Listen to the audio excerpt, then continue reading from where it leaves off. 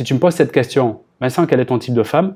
Le premier truc qui me vient, c'est des femmes qui sont plutôt discrètes, réservées, voire même un peu timides, qui font leur truc dans leur coin, qui apportent leur valeur et qui mettent, si possible, énormément d'utilité dans ce monde. Voilà.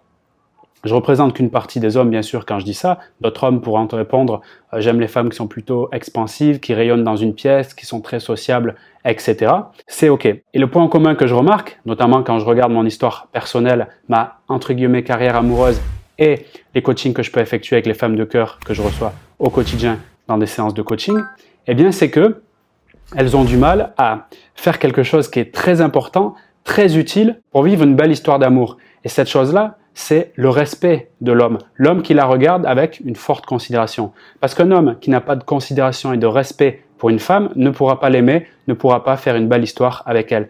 Donc c'est un pilier qui est extrêmement important, mais qui est à mon avis très négligé. Le but, c'est d'insister sur ce message. Se faire respecter par un homme, ça doit être une priorité absolue pour créer une belle relation d'amour avec lui. On sait que pour créer cette belle relation, on a besoin de respect.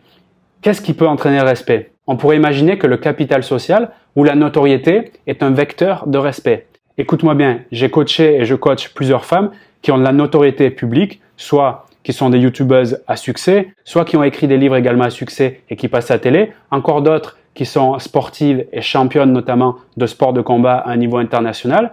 C'est un capital de notoriété. C'est pas pour autant, malgré ce capital, que quand on évoque la relation amoureuse, elles ont ce qu'elles demandent, à savoir être aimées et aimées, tout simplement parce qu'il y a un manque de respect à un moment donné qui intervient. Un homme, en face de ce type de femmes, qui ont cette notoriété, peut se retrouver à ne pas répondre à un message et puis ne pas s'excuser quelques semaines plus tard. Il peut se retrouver à la ghoster, disparaître soudainement sans explication alors qu'il y a une relation qui commençait à se nouer, etc., etc. Toutes les formes de respect qu'on peut retrouver dans une relation dysfonctionnelle. On peut aller plus loin quand on pense à la notion de respect et se dire, bah tiens, si finalement la notoriété ça suffit pas pour entraîner le respect, est-ce que le matériel qui renvoie au capital financier, la possibilité finalement de faire des choses grâce à l'argent, est-ce que cela, ça peut entraîner le respect aussi?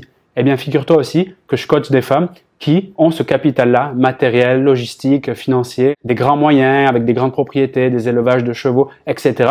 et qui, quand on évoque la relation amoureuse, ne trouvent pas pour autant le respect et on revient donc sur les schémas que j'ai expliqués précédemment. Donc ça existe aussi, bien évidemment, des femmes qui ont le capital financier, matériel, mais qui n'ont pas le respect en face. Alors on pourrait se dire, j'ai pas envie de m'arrêter là, qu'il y a encore une autre forme de respect qui peut être entraînée par le capital beauté, qui renvoie finalement sur la vitalité, la santé, et se dire, du coup, c'est une croyance qui est formulée très facilement, un homme respectera une femme qui est belle. En gros, toutes les femmes qui sont belles sont respectées. Est-ce que tu attestes cela? Et encore une fois, j'ai la chance de coacher des femmes qui sont très belles, qui sont valorisées également au quotidien sur les réseaux sociaux pour leur beauté, et depuis qu'elles sont petites même, je dirais, et qui n'ont pas forcément, quand elles entament une relation avec un homme qu'elles rêveraient d'avoir, elles n'ont pas le respect qui arrive en face. Donc là, on se pose cette question qui est très importante et à mon avis très intéressante à se poser. Après avoir vu que le capital social ne suffit pas forcément pour être respecté, après avoir vu que le capital financier et matériel ne suffit pas forcément pour être respecté, et après avoir vu que le capital beauté, très important celui-ci également, ne suffit pas pour être respecté, la question c'est qu'est-ce qu'il faut faire pour se faire respecter? Pour moi, la réponse à cette question est très simple dans la théorie. Dans la pratique, il faut déjà en avoir conscience pour mettre en pratique. C'est pour ça que j'insiste dans cette vidéo, c'est l'affirmation de soi. Je ne veux pas te donner le conseil bateau, affirme-toi pour obtenir le respect et l'amour, mais c'est exactement cela.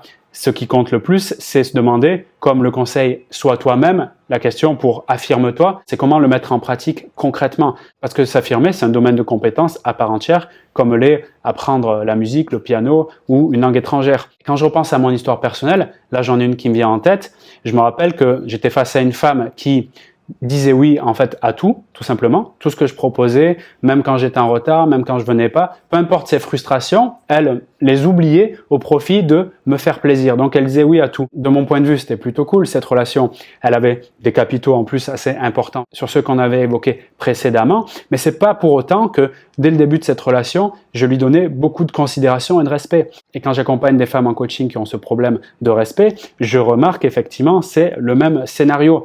Donc ce qui a fait que j'ai commencé à monter en considération et en respect et même aller dans des relations amoureuses, c'est tout simplement quand elles ont commencé à oser dire non. C'est quand elles se sont opposées à des choses qui ne leur convenaient pas. C'est quand elles faisaient des contre-propositions, quand la proposition ne collait pas avec leurs valeurs, leurs visions, leurs objectifs. Et c'est à ce moment-là que la considération elle est montée. Parce que le message que ça traduit quand je dis non, c'est que ce qui importe pour moi, ce que je veux incarner dans ce monde, je suis prête à te le montrer, y compris si ça peut te déplaire ou en tout cas ne pas coopérer, ne pas aller dans ton sens. Et à ce moment-là, ça demande courage, audace si c'est nouveau, mais en tout cas, l'effet, il est immédiat. Je me positionne ici en tant qu'homme, je te relate mon histoire personnelle, mais quand je parle d'autres hommes autour de moi, on partage tout ça. Et je parle même pas d'une femme qui a du répondant, de la répartie, parce que pour moi, ça, c'est le niveau au-dessus. Il y a s'affirmer et après avoir du répondant.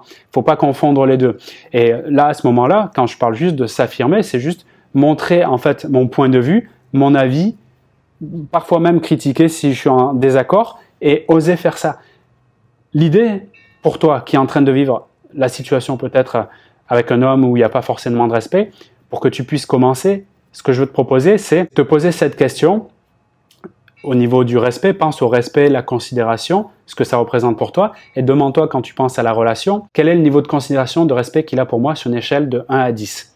5 c'est la moyenne, 1 c'est tout pourri, 10 c'est le top du top. Pose-toi vraiment et fais ça. Joue le jeu, tu verras, c'est très important. Ok, ça te permet de t'auto-coacher. Dès que tu as la réponse, quelle qu'elle soit, parce que je te le rappelle, c'est mon message principal, si tu veux être aimé et ressentir vraiment une belle relation épanouissante, une belle relation harmonieuse, il doit y avoir un respect absolu. J'ai bien dit absolu, du 10 sur 10 dans cette relation, ok? Et pour vivre ce respect absolu, je dois commencer par quelque part. Et c'est ce que je te propose ici, l'évaluation. Je ne peux pas améliorer ce que je ne mesure pas. Deuxième étape de ce processus, très simple d'auto-coaching, c'est de poser cette question, quelle est l'action que je peux faire maintenant, la prochaine action qui me permet de passer de 5 à 6 si j'étais à 5 ou de 3 à 4 si j'étais à 3. En gros, de prendre un point de plus sur l'échelle du respect. Et de régulièrement, surtout si tu es en dessous de 5, moi je préconiserais une fois toutes les semaines ou une fois tous les mois, de réévaluer ce niveau de respect comme une sorte de vérification de ton état de santé. Quand tu fais une prise de sang annuelle pour évaluer, je sais pas, le niveau de globules rouges, ben tu fais pareil avec le niveau de respect. Quel est mon niveau de respect actuellement? Sois vraiment honnête là-dessus. Et c'est ok, peu importe le niveau, on s'en contrefout. Ce qui compte, c'est pas de se comparer aux autres, c'est d'améliorer ta situation. Et quand je suis à 3, comment je peux passer à 4? Et tu verras que tu trouveras des solutions créatives quand tu commences à le faire. Parce que des solutions que je peux te donner clé en main, il en existe, mais c'est pas forcément adapté à toutes les personnalités tout de suite ici et maintenant.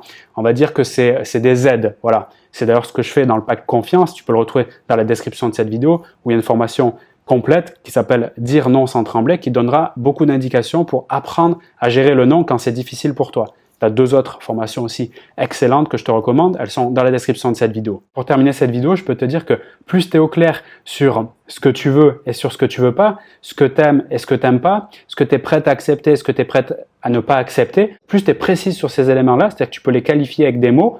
Et en plus, quand tu dis ces mots, tu sens le ressenti immédiat que ça fait en toi, plus il te sera facile, parce qu'en fait, tu l'incarneras, d'en parler, de lui proposer, de le suggérer. Et à partir de ce moment-là, tu verras immédiatement, si tu le mets en pratique, le changement opérer, c'est-à-dire comment en fait il va évoluer dans sa communication, dans sa façon de se comporter avec toi. Ça sera juste énorme.